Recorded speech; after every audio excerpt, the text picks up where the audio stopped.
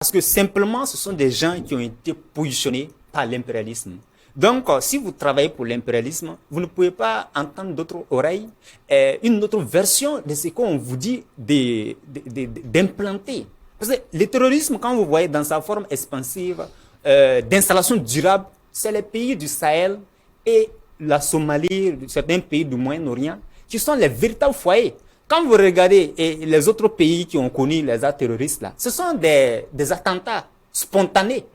Et même quand il y a eu quand vous voyez en Espagne, à Madrid, là, lorsqu'il y a eu l'attentat de Madrid en 2004, mais c'est pas suite à ça que les Nations Unies ont eu le courage de proclamer ou d'adopter une journée internationale du souvenir en hommage donc aux victimes du terrorisme. Ça veut dire que nous, nos vies là, la vie des peuples du Sahel, Somalie, Afghanistan, ça n'intéresse personne. Pour ces nations-là, il faut que nous disparaissions pour qu'eux puissent exploiter nos ressources. Sinon, comment est-ce qu'on peut expliquer que des États, surtout les États du Sahel, qui vivent les pires spirales de la violence terroriste, qui endeuillent les familles, qui met en péril la vie des enfants, des femmes, sans discernement.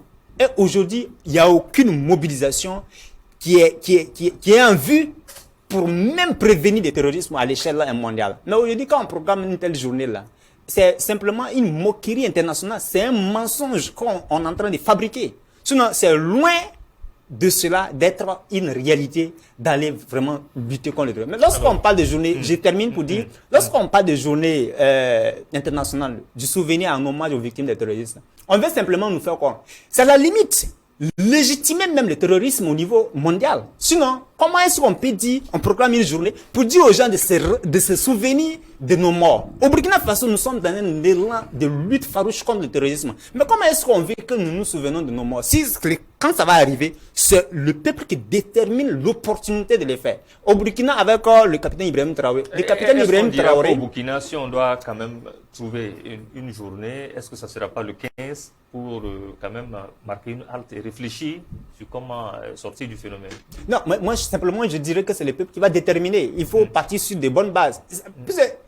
Nous sommes à une phase où nous devrons lutter contre le terrorisme.